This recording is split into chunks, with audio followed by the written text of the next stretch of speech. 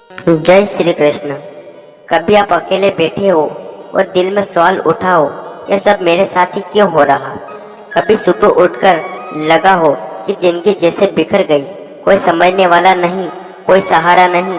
अगर हाँ, तो यकीन मानिए यह वीडियो सिर्फ आपके लिए है, क्योंकि आज हम बात कर रहे उस सखा, उस परमात्मा, उस मार्गदर्शक की, जिसने सिर्फ अर्जुन को नहीं, पूरे मानव समाज को जीवन का रास्ता दिखाया।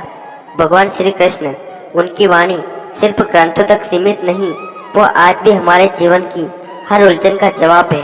उनकी कही हर बात आज भी उतनी ताजा है जितनी कुरुक्षेत्र के युद्ध में थी। आज हम जानेंगे भगवत गीता के 25 ऐसे विचार जो न सिर्फ प्रेरणा देंगे, बल्कि शायद आपको अपने जीवन के कुछ जवाब भी दे जाएंगे, जिनकी आपको बहुत समय से तलाश थी। लेकिन उससे पहले अगर आप भी मानते हैं श्री कृष्ण की वाणी जीवन बदल सकती है, तो इस वीडियो को लाइक कीजिए, चैनल को सब्सक्राइब कीजिए और कमेंट में लिखिए राधे राधे। क्योंकि जब आप राधे राधे कहते हैं तो भगवान श्री कृष्ण आपके और करीब आ जाते हैं। अब आंखें बंद करिए, एक गहरी सांस लीजिए और मन में बस एक भाव रखिए, श्री कृष्ण मुझे सुन रहे। विचार एक कर्म किए जा फल की चिंता मत कर। भगवान श्री कृष्ण, यह श्री कृष्ण की सबसे प्रसिद्ध वाणी है। लेकिन क्या आपने कभी इसे महसूस किया है? इसका अर्थ यह नहीं कि फल की उम्मीद ही छोड़ दो। इसका मतलब है इतना सच्चा कर्म करो, फिर परिणाम से डरने की जरूरत ही ना हो। एक सच्ची कहानी सुनाता हूँ। एक बुजुर्ग बड़ा ही था, जिंदगी भर लोगों के लिए घर बनाता रहा, लेकिन जब रिटायर हुआ तो आखिरी घर बनाते वक्त उसने मन नहीं लगाया। जल्दी जल्दी लापरवाही से काम किया। जब मालिक ने घर देखा तो चाबी उस बड़े को थमाई और कहा, यह घर तुम्हारे लिए था, तुम्हारा उपहार बड़ा ही हो गया। अगर जानता कि यह मेरा घर है तो पूरी मेहनत से बनाता। श्री कृष्ण कहते हैं, हर कर्म में ऐसा करो मानो वह तुम्हारा अपना घर है, क्योंकि जो तुम करोगे वही लौट कर आएगा। तो चिंता मत करो कि रिजल्ट क्या होगा, बस कर्म में खुद को इतना डुबा दो कि भगवान खुद बोले वह विचार दो। मनुष्य खुद ही अपना मित्र है और खुद ही अपना शत्रु। भगवान श्री कृष्ण, बहुत बार हम कहते हैं मेरे साथ कोई नहीं है, लेकिन क्या आपने खुद को कभी पूरी तरह से अपनाया है? कभी अपने मन से दोस्ती की है? श्री कृष्ण ने कहा, जिसने अपने मन को जीत लिया वही असली योद्धा है। महाभारत में अर्जुन युद्ध भूमि में खड़ा था, सामने अपने गुरु, अपने भाई, अपने परिवार के लोग थे। कांपते हाथ, डगमगाता मन। तब श्री कृष्ण ने मुस्कुराते हुए कहा, अर्जुन, तेरा सबसे बड़ा युद्ध सामने नहीं, तेरे भीतर है। और जब अर्जुन ने अपने भीतर के डर को हराया, तभी वह असली वीर बना। आज हम भी कई बार खुद से हार जाते हैं, कभी डर से, कभी हीन भावना से, कभी उदासी से। लेकिन याद रखो, तुम्हारा सबसे बड़ा साथी तुम्हारा मन है। अगर वह तुम्हारा हो गया तो दुनिया की कोई ताकत तुम्हें रोक नहीं सकती। विचार 3 है, जो हुआ वह अच्छा हुआ, जो हो रहा है वह भी अच्छा है, जो होगा वह भी अच्छा ही होगा। भगवान श्री कृष्ण यह बात जब पहली बार सुनते हैं तो थोड़ा गुस्सा आता है, क्योंकि जब बुरा हो रहा हो तब कैसे कहे अच्छा हो रहा। लेकिन श्री कृष्ण की यह वाणी सिर्फ दिलासा नहीं, यह गहरा सत्य है। एक युवक को बड़ी नौकरी मिली थी, पर ज्वाइनिंग से ठीक पहले उसका एक्सीडेंट हो गया। नौकरी चली गई, वो हताश हो गया। कुछ महीने बाद उसे कंपनी में घोटाला हुआ और सारे कर्मचारी जेल चले गए। वह बच गया क्योंकि एक्सीडेंट ने उसे रोका था। तब उसे समझ आया, जो हुआ अच्छा ही हुआ। श्री कृष्ण कहते हैं, मैं तुम्हारे हर कदम में हूँ, तुम बस भरोसा रखो। तुम्हें जो नहीं मिला वो शायद तुम्हारे लिए नहीं था, और जो आएगा वो सही वक्त पर आएगा। विचार 4 इंद्रियों पर नियंत्रण ही सच्चा बल है। भगवान श्री कृष्ण, आज का इंसान बहुत कुछ जानता है लेकिन खुद को नहीं जानता। मोबाइल कैसे चलता है, गाड़ी कैसे चलती है, मशीन कैसे काम करती है, लेकिन यह नहीं जानता कि उसका गुस्सा कब फट जाएगा या लालच कैसे उसे गिरा देगा। श्री कृष्ण ने कहा, जो अपनी इंद्रियों को जीत लेता है वही असली विजेता है। महाभारत में दुर्योधन ताकतवर था, संसाधन उसके पास थे, लेकिन इंद्रियों का गुलाम था। और अर्जुन, उसने श्री कृष्ण की बात मानी, अपने अंदर की इच्छाओं पर नियंत्रण किया और विजयी हुआ। हम भी रोज ऐसे युद्ध लड़ते हैं, मोबाइल का लालच, क्रोध, वासना, चलन। लेकिन जब हम श्री कृष्ण को स्मरण करते हैं तो वह हमारे मन को शांत कर देते हैं। एक बार एक युवक क्रोध से भर गया। उसके माता पिता उससे डरते थे। एक दिन उसने गीता की यह पंक्ति पढ़ी, जो क्रोध में ही और खुद को जला रहा। उस दिन से उसने हर बार क्रोध आने पर श्री कृष्ण का नाम लेना शुरू कर दिया और कुछ महीनों में वह युवक अपने मोहल्ले का सबसे शांत व्यक्ति बन गया। श्री कृष्ण कहते हैं, जो मुझे याद करता है मैं उसका रक्षक बनता हूँ। विचार 5 सत्य कभी नहीं मरता। भगवान श्री कृष्ण आज के जमाने में लोग कहते हैं सच्चाई से कुछ नहीं होता, चालाक बनो। लेकिन क्या आप जानते हैं महाभारत में कौन जीते? वह नहीं जिनके पास ज्यादा सैनिक थे, ज्यादा पैसा था, बल्कि वो जिनके साथ सत्य था। श्री कृष्ण ने पांडु से कहा, अगर तुम सत्य के मार्ग पर हो तो मैं तुम्हारे साथ हूँ। एक छोटी बच्ची स्कूल में झूठ बोलने से मना करती थी। दूसरे बच्चे उसे चिढ़ाते थे।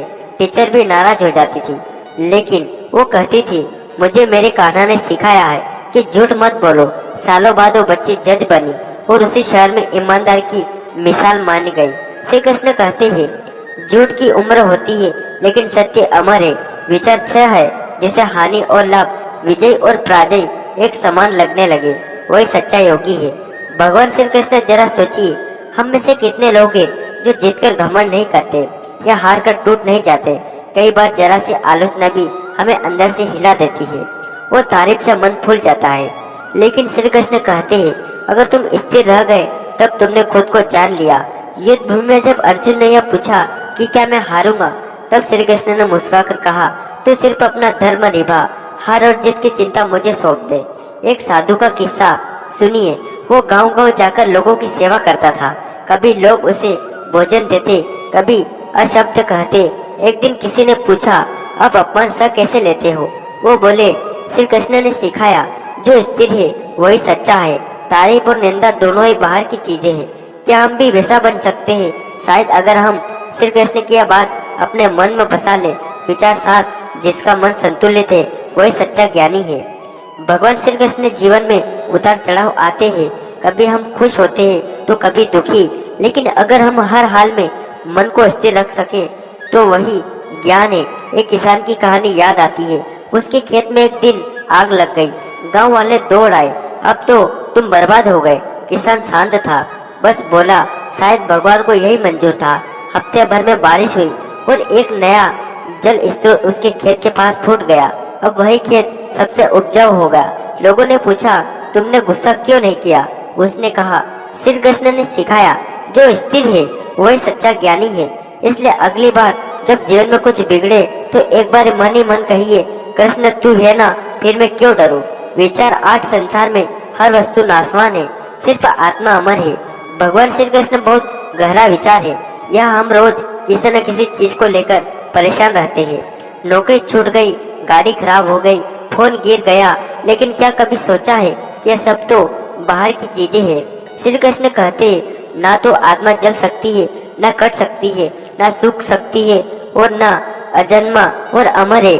जब कोई प्रियजन हमें छोड़ देता है दिल टूट जाता है, लेकिन श्री कृष्ण हमें याद दिलाते हैं, जिसे तुम मरा हुआ समझ रहे हो वह सिर्फ शरीर था, आत्मा तो अब भी है, बस एक नए शरीर की ओर चली गई। एक माँ अपने बेटे को खो चुकी थी, हर दिन रोती थी। एक दिन किसी ने उसे गीता की यह बात सुनाई और उस रात पहली बार उसने आंखें बंद की और कहा, श्री कृष्ण मैं तुझे समझ नहीं सकी, लेकिन अब मैं तुझ पर भरोसा करती हूँ। और उसका दर्द थोड़ा थोड़ा करके कम होने लगा। विचार 9, मुझे जो भक्ति से कुछ देता है मैं उसे प्रेम से स्वीकार करता हूँ। भगवान श्री कृष्ण जो कोई सोने की थाली चाहिए, हीरे मोती नहीं, वो तो बस प्रेम चाहते हैं। गीता में वह कहते हैं, अगर कोई मुझे प्रेम से एक पत्ता, एक फूल, एक जल भी अर्पित करता है तो मैं उसे भी स्वीकार करता हूँ। सुदामा का उदाहरण लीजिए।